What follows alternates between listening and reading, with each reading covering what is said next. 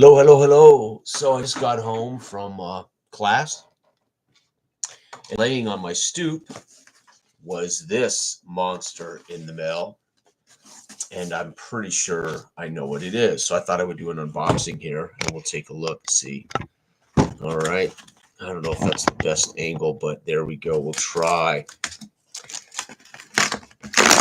This is, I have not bought a serious role-playing book in a couple of years. I mean, when I say serious, I mean something really daunting. Something, I won't say daunting. This isn't daunting, but I mean, this is epic. I haven't bought something of this quality in years. I've bought some smaller stuff. I have not bought an OSR in 6 years. Um, and here you go. I had to have it. It is certainly, wow, beautiful book. Look at that. Tricolor. Really, it's a well, it's a color cover, but you got a tricolor. You got gold with black, right? And then you got this beautiful color cover. This reminds me a lot of one of my favorite games of all time, Dragon Warriors, the 19s and circa 1984, 85. Dragon Warriors, the British D&D game. This just reminds me a little bit of that cover where they're going down the steps into the dungeon. This is beautiful. And then of course the back also color and a quick description, and then OSR, which I believe is the name of his company, might be something something something. But forgive me if I'm wrong there. There you have it. So yes, this is also outside of college textbooks. This is the most expensive book I have ever bought. I mean, of any. Um, I mean, even a couple of old books that I got from Wayne's Books. I traded games to get those books. So outside of college textbooks, this is the most expensive, book I have ever purchased in my 54 years on this planet. So I cannot wait. Let's take a quick look at it. This won't be a review, of course, but I thought I would share it. We'll take a quick look at it together, maybe. Again, let's get that binding going here. Drive-through RPG is where I got this. It's 300 or 299 pages, 300 pages. Let's kind of get that binding kind of going here. Okay. It looks like I've got a receipt in the book, which is cool. Set that aside. I thought I saw something else. A bookmark or something, is there? Oh, so nice. It's a big one. I mean, this is 8.5 by, I would say this is 8.5 by 11, but again, traditional size for those who buy these books. But there it is. And it's not the most expensive role-playing game I've ever purchased, because I've purchased role-playing games that had multiple books. But it's the most expensive single book I've ever bought outside of college textbooks, as I've already said. So here we go. Let's take a flip through. This is beautiful. Already it's opening a little easier. They're just kind of cracking it open. Dragon Slayer. Again, if you have the PDF, I'm sure it is the same file for the most part. We got a little bit of separation here, right, in the glue there. Just you can hear it, but there's a little separation in the glue there. So that's not great. Again, that wouldn't be Greg's fault. That would be just the drive-through RPG itself. Table of contents, fantastic. Again, everything you would ever need in one book is right here. You shouldn't need another book unless he just publishes another monster manual or something, but fantastic. Take a quick flip through here. Love the character sheets. It instantly takes me back to BX D&D from my childhood. Wow, very good. And then again, the about. It's hard for me to read upside down, so I'm not certain exactly what I'm looking at here. The dice that are involved in the game. Terminology page, which is cool. Character creation, which most of these games start with character creation, because that is how you're going to interact with the procedures, the rules. You're going to do it through this vehicle called a character, and that character is going to be made up of random variables, and you're going to do the best you can to embody a character and try to find a way to get the most from that random character. And then a quick synopsis of the races, right? And again, I love this art that highlights all the races available in this book. And there are some unique ones here, especially the Cyclops man from the basically the Kroll movie, if you remember the Kroll movie. And most of them are traditional: the elf, the halfling, the dwarf, human. Then we have the half races: half elf, half orc, and then we have, of course, the gnome and the Cyclops man. So pretty good. And it looks like we have, oh yeah, the half orc. The art is just awesome. And every page seems to have some art. I mean, it doesn't appear to me. Oh, okay, here's a page it doesn't have, but art here. But it's not devoid of art. And yes, it's black and white illustration, but it's fantastic. This is brilliant. And then we got this little bit of art down here at the bottom as we go through the classes now. So now we get to the classics: cleric, druid, monk. Now, and this is what I love about this monk. For me, this is the monk class. When people talk about AD&D monks, I'm not thinking Eastern monk, kung fu, which to me doesn't fit fantasy. It's definitely Friar Tuck, Robin Hood monk, right? Actual medieval monk, right? And then we have again more great artwork here. Fantastic, the fighter, and an entire full page art for the fighter facing the dragon, which is kind of iconic, right? This could have been the cover of an old magazine or old D&D or something like that. This is fantastic, and I really dig it that it's full page, because probably the classic archetype of old D&D is the fighter with his shield, his sword, and of course the dragon himself. So it's just so great that they would dedicate the whole page. And it also tells me the fighter doesn't have a whole lot of crapola, right? There's no spells, there's a whole lot of extra stuff, right? Which I dig, right? Barbarian, which to me, obviously, if you know anything about fantasy literature, Conan. So in my opinion, you've got to have barbarian if you're going to do this thing. And again, another separate piece of art for the barbarian, which is awesome. And then we have our paladin, right? I've talked about this before. The paladin, and this is funny because for me, the paladin never quite fit, but I didn't have any literary references really, and none of the literature that I read as a kid or paid attention as a kid really had the paladin thing.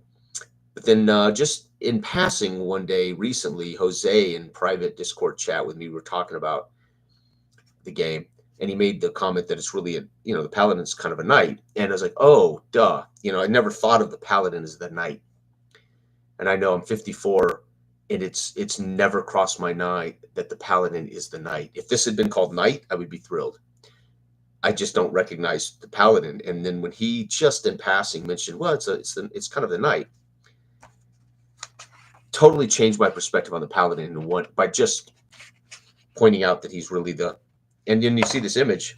Of course, he's the knight. Yeah, he's plated up with his epic two-handed sword. Now I get it, And yeah, so we can still learn something, or we can still have our perspective changed in just one comment by a friend. I get it. I understand now who this guy is, and would probably play him based on that, because I usually like the cleric class myself. And of course, the ranger, which is quintessential, fantastic, great art again. Another here in the woods, right along the branches, overlooking the goblins, right? I mean, it's just classic stuff, and the ranger fits beautifully in this genre of old fantasy.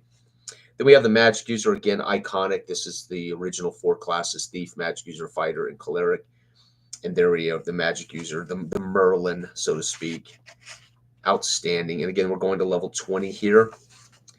We got the illusionist, outstanding. And then we have the thief. Plenty of data here for these guys. Racial effects for the thief, which is cool, right? What does the thief half orc look like? How's the half orc affected? The thief abilities. The assassin, which has never been my favorite. This and the monk really never fit for my idea of fantasy. Certainly the Eastern monk, I mean. And But there you have it. The Assassin, I know, is probably a very popular class. Here we go. And then we have alignment, which is great, defining the alignment, right? And then we have our equipment, weapons. And I had faux pas. I made a mistake about encumbrance in the last video where I talked about the 5 key things. It's here. I just did not see it. It's right here in the darn armor table. You can see how much it weighs, 320. Duh. So there is encumbrance. I had just failed to notice that it was tied to the tables. Fantastic. So we do have encumbrance. And again, great art, almost some kind of art on every page. If it's not an actual illustration, it'll be a small piece like this here. It's really awesome. And then we got our packs, which I love, right? So again, every class has a pack. So if you don't want to spend time shopping, you grab one of 3 packs that you can afford based upon the gold you roll up. You grab one of your packs that suits your class, so you don't end up with stuff you can't use. And we're rolling, we're playing. And he's also got equipment packs here later as well. Pack A, Pack B, Pack C. Right, then we have our spells, of course. This takes up most. I would say this and Monsters takes up most of these books. When you're getting up to level 7 spells, that's a lot of spells you have to describe here. Look at the art. Man, it's just so evocative, so fantastic. Look at that. A complete half page. Wait, we're up to level 9 spells. Right? Outstanding. Got a little art here. Again, all of it's evocative. It gives you an idea what something is. Oh, there we go. A lot of spells. It reminds me so much of the original AD&D books. And we did have them. We just didn't play AD&D. We just borrowed things from AD&D. We didn't play like a straight AD&D game. We played BX we cannibalized spells and tools and right. But it so much reminds me of those AD&D books. Right, even the way the art is folded into the text here, that just reminds me of old TSR books. Look at this, man, a Stonehenge. That's awesome as hell. That's incredible. So again, most of these, games is a lot dedicated to spells, right? So they have to have a spell. If you can have 9 levels of spells. Wow, look at that. That's fantastic. Gee, many Christmas. I look at these in the PDF, but you don't get a feel of it until you see it actually. On a PDF, it's just not the same magnitude, right? So a lot of the book dedicated to spells and the spell descriptions. Wow, look at that dungeon tunnel. That's beautiful. Spider with the spider walk on the ceiling there. All right, so then we get through all these spells, and then we get to the other big portion of these games. If these games aren't selling you multiple books, this should be a large book, and it should have a higher price tag because we're getting all the monsters in the book. And again, almost every monster description seems to have art, which is very, very nice, right? This reminds me of the old Fiend Folio. Remember Fiend Folio? They all had a little image in a box. I loved the Fiend Folio. That was my favorite AD&D book, the Fiend Folio. Look at the brigands, man. I mean, the detail in this drawing of the 4 or 5 brigands here is phenomenal. I mean, it's just so detailed. And it's all different, right? We got some stylized art. We've got some simple art. We got all the artwork slightly different. And then we get these really detailed drawings. So again, a good portion of the book is this epic. I mean, look at this epic monster manual. And I'm skipping a lot of pages here. I mean, I'm literally, wow, another great dungeon picture. Holy cow, that's brilliant. Again, still in the monsters, still going through the monsters. So when people complain about the price, well, you would pay at least 90 to 120 bucks for all 3 D&D 5e books to get monsters, to get the DM stuff, to get the player's handbook. And then, of course, treasures. Again, this is all so important to the actual reality of this style of game, the old D20 formula. I shouldn't call it formula, the old D20 games. The formula came along later with the rollover, everything was roll to beat a number formula. So all of this is just treasure descriptions, magic item descriptions. I mean, look at this. And I've still got 70 pages to go, 80 pages to go. right? We get that. Unbelievable. That's all magic items and treasure. Unbelievable. And then we get to the intelligent swords. Then we get to combat. So this late, page 254 into the book, now we're going to actually talk about rules. We're going to talk about combat. What do you do in most old school D20 games, AD&D games? The thing that's most rule bound and most mechanized is combat. Everything else is role play, really.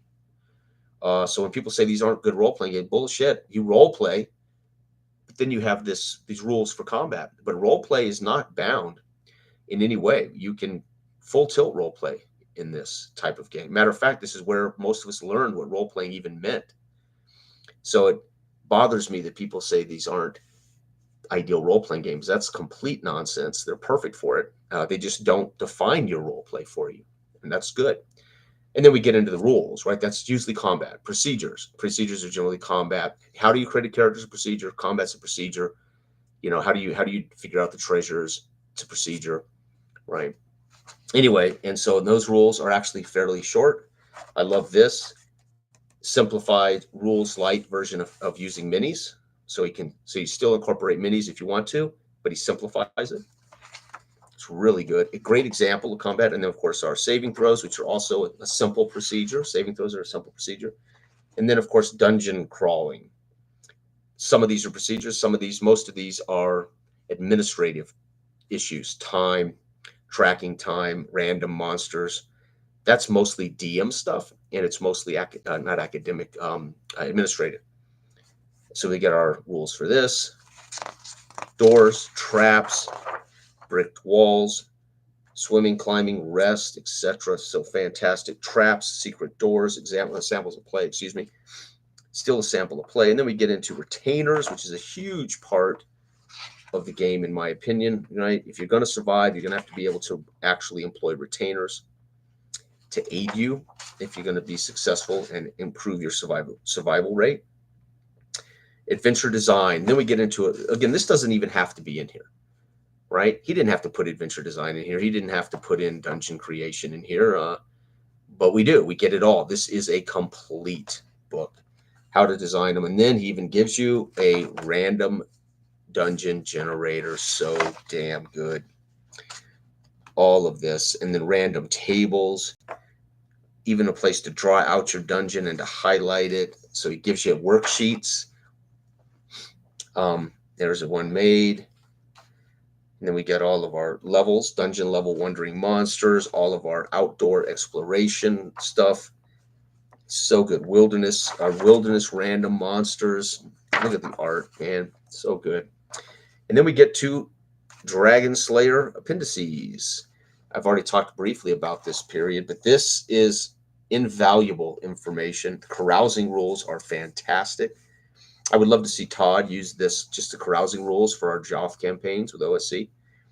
What are we doing with our gold when we get back to Blackfish Bay? It'd be fun to see the carousing stuff, right? And then everything else are tables, random tables and things that you can use to aid your play. GM helpers, I call them, right? And then, of course, the final bit, and even great art here on the final page, right?